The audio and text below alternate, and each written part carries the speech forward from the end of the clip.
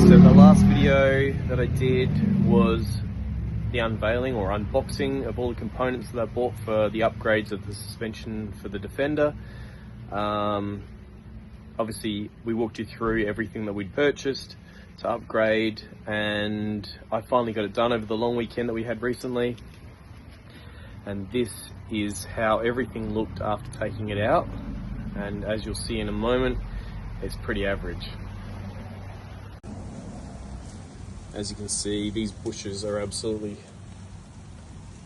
trashed. They've had a hard life.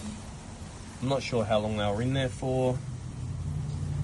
These, as you can see, are split. They were all spread out.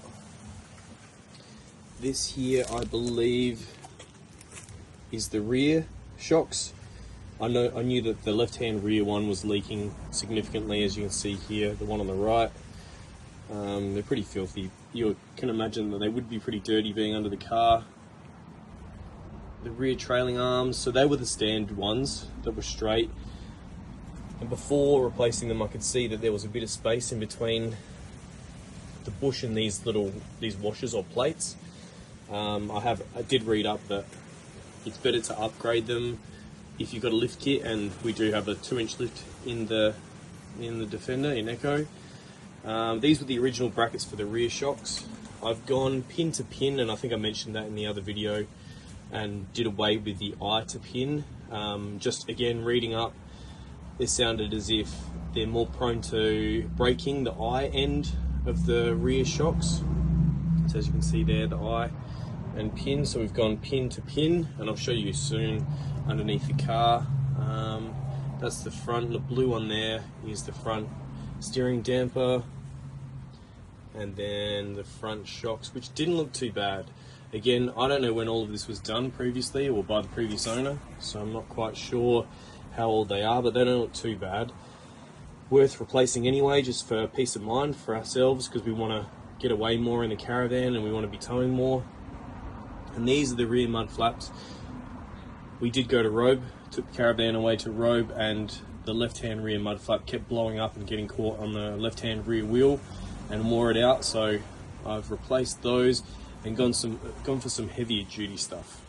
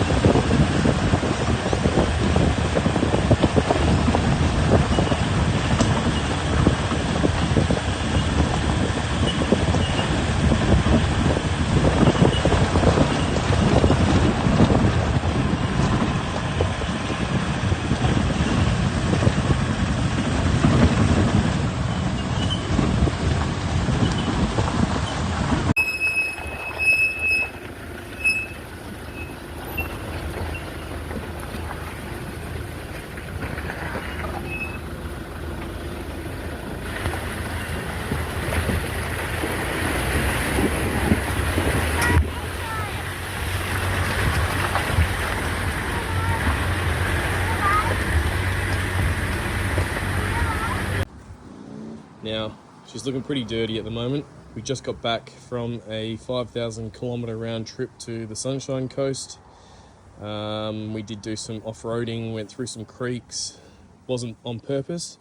Bit of an accident really, but was worth it and was fun. As you can see, I did replace the rear mud flaps.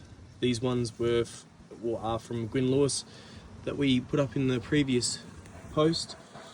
I will give the car a wash in a moment, but as you can see, I've replaced all the bushes with Super Pro bushes, and I've had to put in this extension because of the 2-inch lift that we've got under the car. The rear trailing arm or stabilizer wasn't really lining up very well, and I noticed that the stabilizer was pressed hard up against the bracket of the fuel tank, as well as at the bottom of the spring plate. So I did have the car in just to have it checked over before we went away by PCB in Adelaide, which are a Land Rover specialist. They do a lot of work on Land Rovers and specialise in Defenders mostly. But yeah, as I said, he was able to give me these, which are an extension to drop the stabilizer down away from the car and the chassis. But I don't know if you can see up in there, we have gone with some new shocks, and again replaced all the bushes, which give it a much firmer ride, less rattle, much nicer ride. You might be able to see in here. And there's the new brackets, which are what have changed it from eye to pin on the rear, which is now pin to pin. Much better. And I like the galv look too. I wasn't too fond of the yellow originally, but they've grown on me. So these are the new rear trailing arms. I've gone for some heavy duty ones. And as you can see, they've got a bend in them, which allows for the 2-inch lift, making it a much nicer ride. And in the front, not really easy to see, but again, replace those front shocks. And if I can get under the car, I'll just show you, covered in bugs. After our 5,000 kilometre round trip to Sunshine Coast.